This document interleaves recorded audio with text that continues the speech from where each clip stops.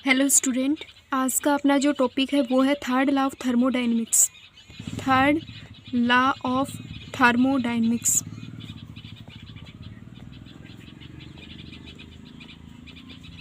इससे पिछले वाले वीडियो लेक्चर के अंदर हमने नर्नेस-स्टीट थ्योरम को स्टडी किया है। नर्नेस-स्टीट थ्योरम क्या कहता है कि जब आप कोई भी हॉट सिस्टम लेते हो और उसको सराउंडिंग में रख देते हो, कुछ टाइम के बाद आप एब्जॉर्व करोगे कि आपका सिस्टम जो है बिल्कुल कूल डाउन हो चुका है। या ये कहें कि आपने कोई सिस्टम लिया, सिस्टम की जो हीट है वो आउटसाइड जाती रहती है, going out of the system, system से बाहर जाती है। ठीक है, तो उस टाइम पे आपके सिस्टम का जो टेम्परेचर है वो डिक्रीज़ होता है। ठीक है, डिक्रीज़ होता है। नहीं समझ में आया, मैं फिर से बताती हूँ। नर्नेस-स्टीट थ्योरम क्या कहती है कि हीट जो है वो सिस्टम से हमेशा बाहर जाती है, जिससे आपके सिस्टम का जो टेम्परेचर है वो डिक्रीज़ होता है। यही आपका नर्नेस-स्टीट थ्योरम होता है। तो अब नर्नेस-स्टीट थ्योरम पे ही हमारा third law of thermodynamics base है। थर्ड लॉ ऑफ थर्मोडायनेमिक्स क्या कहता है कि जैसे जैसे किसी भी सिस्टम का टेम्परेचर डिक्रीज़ होता जाता है, वैसे वैसे एनाट्रोपी भी जो अपनी क्या होती है, जो एनाट्रोपी होती है सिस्टम की, वो भी क्या होती है, डिक्रीज़ होती है। एनाट्रोपी ऑफ सिस्टम डिक्रीज़ होती है। ठीक है, जो एनाट्रोपी होती है किसी भी सिस्टम की वो डिक्रीज़ होती है एट टेम्परेचर ज़ीरो के ऊपर आपकी एनाट्रोपी क्या हो जाएगी, ज़ीरो हो जाएगी। ठीक है, एनाट्रोपी होता है किसी भी सिस्टम का, वो डिक्रीज़ होता है जब आप उसका टेम्परेचर बिल्कुल ज़ीरो कर देते हो, तो एनाट्रोपी भी क्या हो जाएगा, ज़ीरो हो जाता है।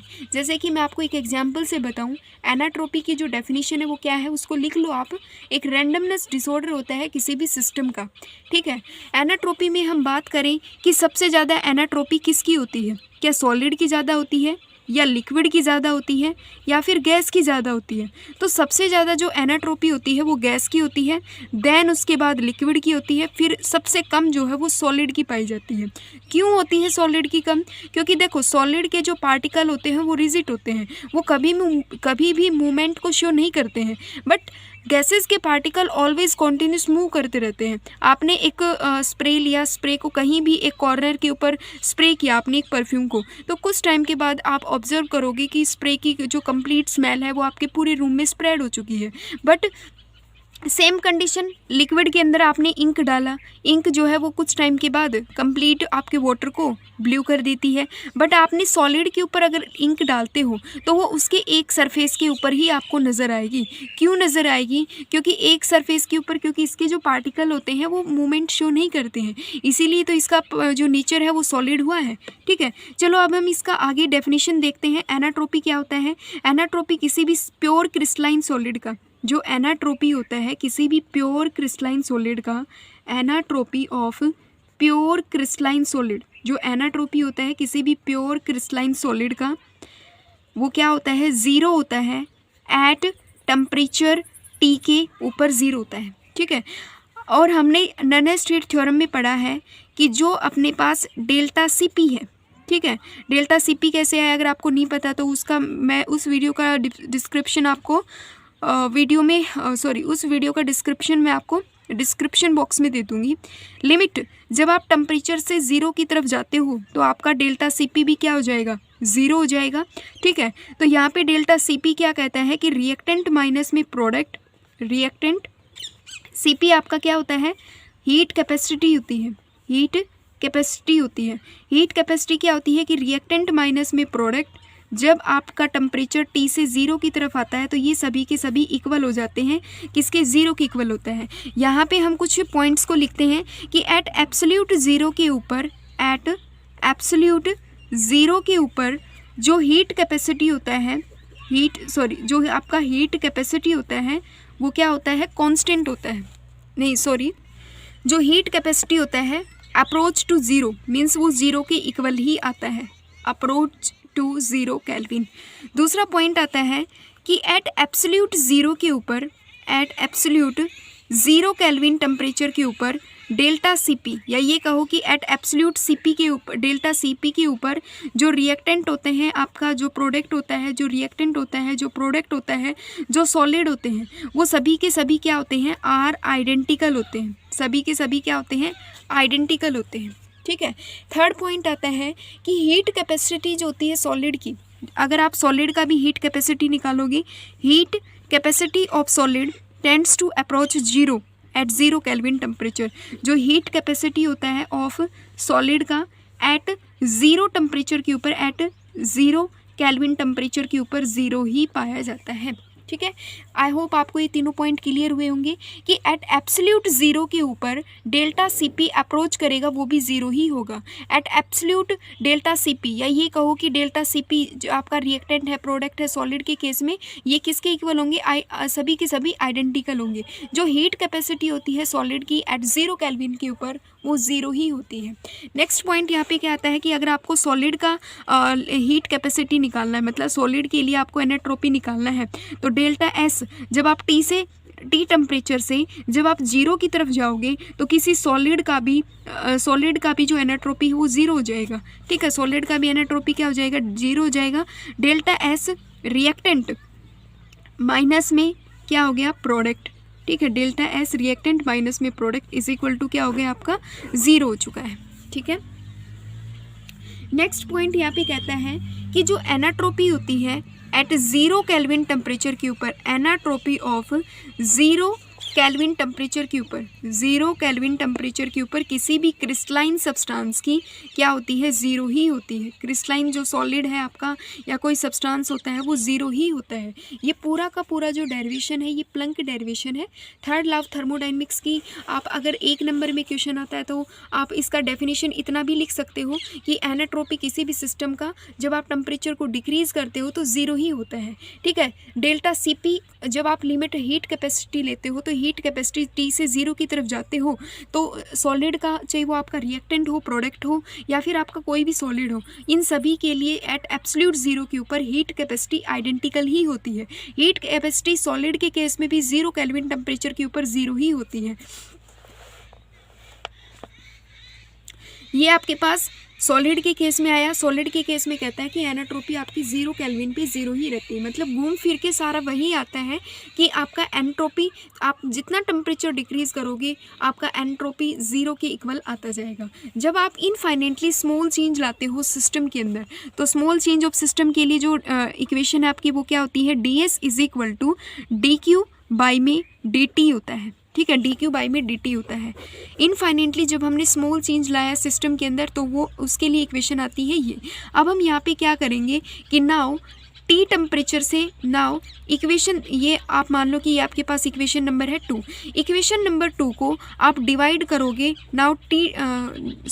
नाउ इक्वेशन नंबर 2 को आप डिवाइड करवाओगे एट टेम्परेचर, किससे? एट टेम्परेचर टी से आप इसको डिवाइड करवाओगे तो डी एस डिवाइड में क्या हो गया? D T is equal to D Q divide में क्या हो गया? डेल टी की वैल्यू बनेगी। और हाँ, जब आप इस टेम्परेचर को डिवाइड करवाओगे, मतलब जब आप इक्वेशन 2 को टी टेम्परेचर से डिवाइड करवाओगे तो वहाँ पे आपका जो प्रेशर होगा वो क्या होगा? कांस्टेंट प्रेशर के ऊपर ही आप टेम्परेचर को डिवाइड करवाओगे। आप इसको ऐसे भी लिख सकते हो कि D S D T at constant pressure P del Q, और यहाँ डी क्यू और del T at constant pressure P into में 1 अपॉन में क्या हो गया? टी हो गया। ठीक है, अब हमें पता है कि जो ये वाली वैल्यू है ये आपके पास क्या होती है? डी क्यू अपॉन में डेल टी और कांस्टेंट प्रेशर पी, ये आपके पास होती है हीट कैपेसिटी। ठीक है, हीट कैपेसिटी होती है। तो इस वाली वैल्यू की जगह हम सी पी लिख सकते हैं डी एस अपॉन में D T constant pressure P C P delta C P into में क्या हो गया? 1 अपॉन में टी टेम्परेचर हो गया है। अब हम यहाँ पे क्या करेंगे? D S is equal to delta C P, ये यहाँ पे डिवाइड में है तो ये इसके सी पी के मल्टीप्लाई में चला जाएगा, डी टी अपॉन में क्या हो गया? टी। अब हम यहाँ पे कंक्लूजन ये निकल के आता है कि जब हम लिमिट लेते हैं, लिमिट टी से ज़ीरो की तरफ जाते हैं तो आपका जो सिस्टम होता है, सिस्टम जो है आपका वो सिस्टम के अकॉर्डिंग डेल्टा एस अपॉन में डेल्टा टी ये इक्वल होता है इनफाइनिटी के, क्या होता है? इसकी जो एनाट्रोपी होती है वो इनफाइनिटी होती है। डेल्टा एस से डेल्टा टी की तरफ जाओगे तो एनाट्रोपी आपकी इन्फिनिटी होगी, या फिर डेल्टा सी पी से आप डेल्टा टी की तरफ जाओगे तब भी आपका एनाट्रोपी क्या रहेगा, इनफाइनिटी ही रहेगा। अब हम नेक्स्ट टॉपिक डिस्कस करते हैं applications of the third law of thermodynamics, जिसमें हम एनाट्रोपी को कैलकुलेट करेंगे, जिसमें हम डिटरमाइन करेंगे एब्सोल्यूट एंट्रोपी सॉलिड सब्सटेंस के लिए, दूसरा हम डिटरमाइन करेंगे एब्सोल्यूट एंट्रोपी लिक्विड गैस के लिए। जब आपको ये कहा जाए कि application of third law of thermodynamics बताइए, तो इसमें दो टाइप की एप्लीकेशन होती है, determine absolute entropy of solid substance and liquid gases के लिए भी हम निकालेंगे। सॉलिड सब्सटेंस में क्या होता है कि सॉलिड के केस में हम क्या कहते हैं कि द स्मॉल इन्फिनिटी जब चेंज लाते हैं, small infinitely change of the system, जब हम स्मॉल इनफाइनेटली चेंज लाते हैं किसी भी सिस्टम के अंदर, स्मॉल इनफाइनिटी चेंज ऑफ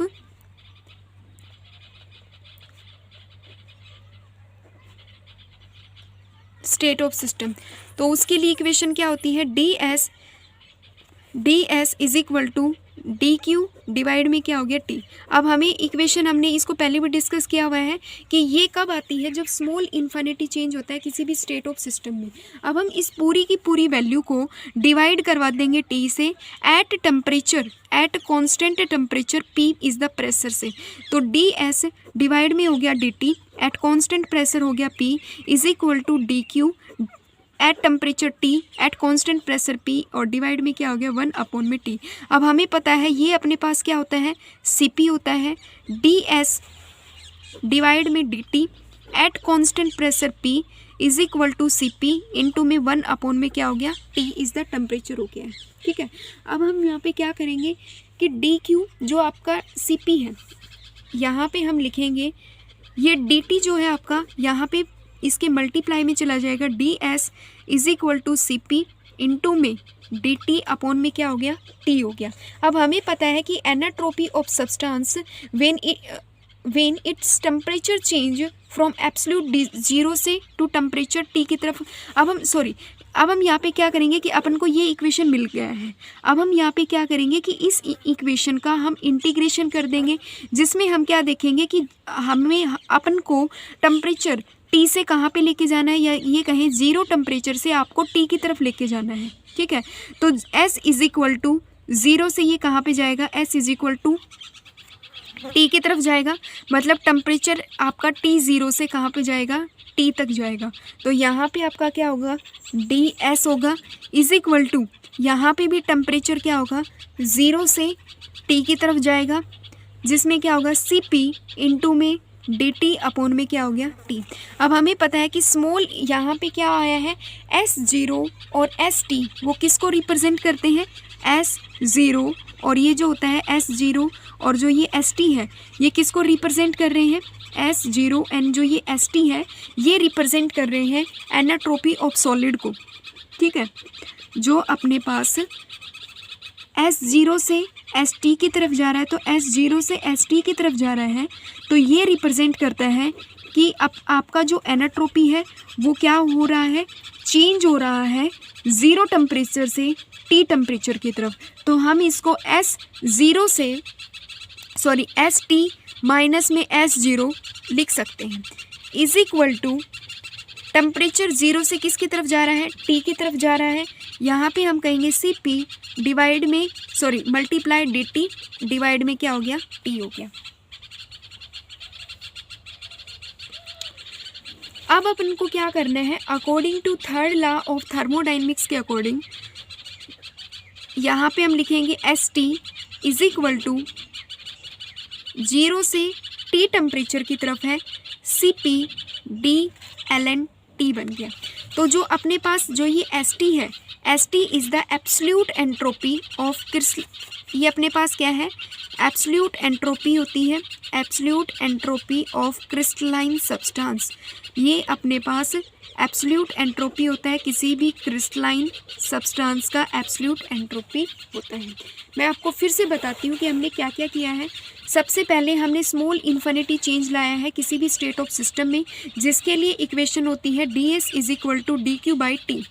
अब इस इक्वेशन को हम टी टेम्परेचर से डिवाइड करवा देंगे और एट कांस्टेंट प्रेशर पी के कांस्टेंट पे।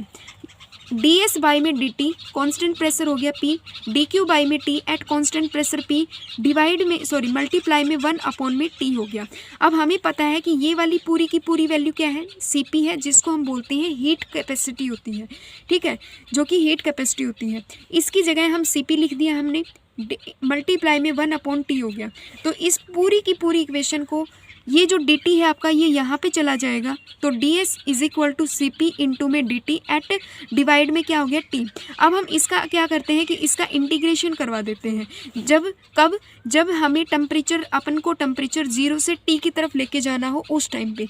अब हम यहाँ पे एनाट्रोपी को चेंज करेंगे कि change of substance, temperature change होगा आपका एब्सोल्यूट 0 से डिज़ायर्ड टेम्परेचर टी की तरफ। हम एनाट्रोपी को चेंज करने के लिए डिज़ायर्ड टेम्परेचर 0 से टी की तरफ लेके जाएंगे। डी एस होगा इज इक्वल टू इंटीग्रेट हो गया 0 से अपन कहाँ पे गए, टी टेम्परेचर पे, C P multiply D T by में टी। S0 और जो ये S0 है अपना, ये जो ST होता है ये रिप्रेजेंट करता है कि आपका एनाट्रोपी जो है वो चेंज हुआ है 0 टेम्परेचर से टी टेम्परेचर की तरफ। तो हमने इसको ऐसे लिखा। इसके बाद इसको हम कॉमन ST भी लिख सकते हैं। जो ST होता है ये बताता है कि absolute entropy of crystalline substance, ये हमें बताता है एब्सोल्यूट एंट्रोपी किसी भी क्रिस्टलाइन सब्सटेंस की बताता है। नेक्स्ट पॉइंट कहता है कि जो आपका CP होता है, CP की वैल्यू को आप कभी भी 0 टेम्परेचर के ऊपर कैलकुलेट नहीं कर सकते हैं, या ये कहें कि it is impossible the value of CP at absolute entropy at temperature T and 0।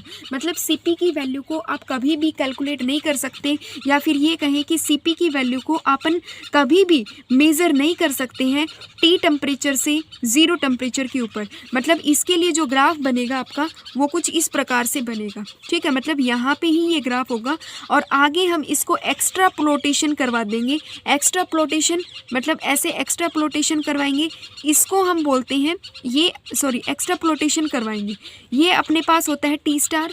जो CP की वैल्यू होती है उसको अपन मतलब T से 0 टेम्परेचर के ऊपर कभी भी मेज़र नहीं कर सकते, क्योंकि ये इम्पॉसिबल होता है। इसको मेज़र करने के लिए T इन्फिनिटी ग्रेटर देन होना चाहिए आपका 10 केल्विन। जो आपका टेम्परेचर होना चाहिए वो करीबन 10 केल्विन से ज़्यादा होना चाहिए, मतलब 15 केल्विन से वो आपका हमेशा ज़्यादा होना चाहिए। मीन्स 15 केल्विन आपका यहाँ पे बनेगा। यहाँ से आगे मतलब मैक्सिमम टू मैक्सिमम टी मतलब टी नोट से टी की तरफ जाएगा, तभी आपकी CP की वैल्यू इतने वाले पार्ट में ही कैलकुलेट होगी। और यहाँ पे हमने इस ग्राफ को क्या कर दिया है, एक्स्ट्रापोलेशन कर दिया है। जो ये एक्स्ट्रापोलेशन है इसको हम बोलते हैं 83 से हम इसको रिप्रेजेंट करेंगे, जिसको हम डी बाई थ्योरी भी मतलब डी बाई T3 भी बोल सकते हैं। इसको हम डी बाई T3 भी बोल सकते हैं। इसका मतलब होता है कि वेयर ए, यहाँ पे क्या होता है, A is a empirical formula होता है। ये कहता है कि कभी भी हम जो CP की वैल्यू होती है उसको 0 से ज़्यादा टी टेम्परेचर से लेके 15 केल्विन के ऊपर ही जाके मेज़र कर सकते हैं, बट 0 केल्विन के ऊपर इसको हम कभी भी मेज़र नहीं कर सकते हैं। इसके लिए हम इसके ग्राफ को एक्स्ट्रापोलेशन करते हैं। जो एक्स्ट्रापोलेशन होता है इसको हम बोलते हैं डी बाई T3 बोलते हैं। नेक्स्ट पॉइंट यहाँ पे क्या है, अपने पास इक्वेशन क्या निकली थी, ST is equal to T temperature आपका 0 से कहाँ पे गया था, टी की तरफ गया था, जिसमें हमने लिया था CP DLN T लिया था, ठीक है। प्लस में अब अपने को टेम्परेचर 0 से टी की तरफ लेके जाएंगे और टी स्टार से टी की तरफ 0 से मतलब यहाँ पे 0 है, 0 से हम कहाँ पे लेके आए, टी स्टार की तरफ लेके आए। अब टी से हम लेके जाएंगे टी की तरफ, सिर्फ टी मतलब इस टी स्टार से हम टी की तरफ लेके जाएंगे तो CP DLN T बनेगा अपने पास। अब हम यहाँ पे क्या करेंगे कि ये अपन ने क्यों किया है, क्योंकि हमें पता है कि CP की वैल्यू को मेज़र करना 0 डिग्री के ऊपर इम्पॉसिबल होता है, इसलिए हम उसको थोड़ा सा टेम्परेचर बढ़ा के तभी हम CP की वैल्यू को कैलकुलेट करेंगे। अपने पास ST, अब हमें पता है CP की वैल्यू क्या होती है, A T3 होती है। क्या होती है? A T3 होती है। A is a empirical, T3 जिसको हम बोलते हैं डेबे। ठीक है, ये अपने पास क्या होता है? डेबे T3 ला होता है। तो जहाँ जहाँ पे ये CP है वहाँ पे हम A T3 को मतलब रिप्रेजेंट करेंगे। ज़ीरो टेम्परेचर से T स्टार की तरफ गया, यहाँ पे हम डालेंगे A T3, D ln T बन गया, प्लस में T स्टार से कहाँ पे गए? T टेम्परेचर की तरफ गए, यहाँ पे अपना आएगा A T3 D ln T बनेगा। बट अब ऑब्ज़र्व करो कि जब हम टेम्परेचर मतलब T स्टार से T की तरफ जाते हैं तो यहाँ पे हमारा D/T3 मतलब D/T3 ला OB नहीं होता है, वो सिर्फ़ और सिर्फ 0 से T की तरफ OB होगा। तो हम यहाँ पे कहेंगे कि जब अपना सॉलिड के लिए टेम्परेचर T होता है एट एब्सोल्यूट एंट्रोपी, तो यहाँ पे 0 से लेके T स्टार के लिए ही हम A T3 को रिप्रेजेंट करेंगे D ln T, प्लस आगे वाले के लिए सिर्फ और सिर्फ हम किसको रिप्रेजेंट करेंगे? CP को ही रिप्रेजेंट करेंगे, CP D ln T को ही रिप्रेजेंट करेंगे। ठीक है, अब अपने पास आगे इसको जब हम सॉल्व करेंगे तो वैल्यू आएगी T स्टार से T की तरफ जब वैल्यू जाती है, सॉरी एक मिनट रुकना, 1/3 A T स्टार 3 होगा, प्लस में 0 आप कहाँ पे गए? T टेम्परेचर से T, जब T टेम्परेचर से T स्टार टेम्परेचर से T की तरफ गए तो यहाँ पे आ गई आपके पास CP D ln T बन गई। तो ये आपके पास है एब्सोल्यूट, डिटरमाइन किया है हमने एब्सोल्यूट एंट्रोपी किसके लिए? सॉलिड के लिए। नेक्स्ट वाली वीडियो लेक्चर के अंदर हम पढ़ेंगे एब्सोल्यूट एंट्रोपी लिक्विड और गैसेस के लिए, और रेजिडुअल एंट्रोपी को भी स्टडी करेंगे जो कि मोस्ट ही इम्पोर्टेंट पार्ट है। अगर वीडियो अच्छा लगा तो प्लीज़ इसे लाइक कीजिएगा एंड शेयर कीजिएगा और मेरे चैनल को सब्सक्राइब कर दीजिएगा ताकि आपको आने वाली न्यू वीडियो की नोटिफिकेशन सबसे पहले मिल सके। And thank you very much.